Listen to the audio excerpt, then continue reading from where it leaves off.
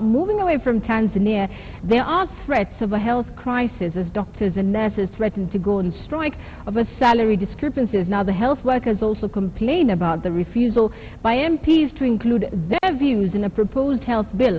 Now, the strike is expected to push for the establishment of a health service commission to deal with salaries, recruitment, transfers, training and other human resource functions.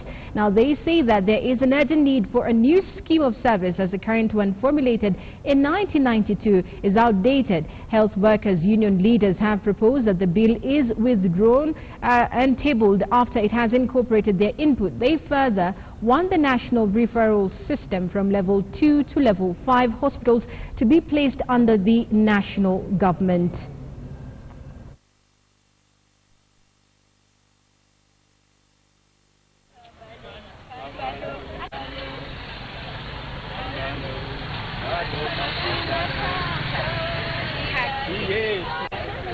Solidarity forever. Solidarity forever. Solidarity forever. Solidarity forever.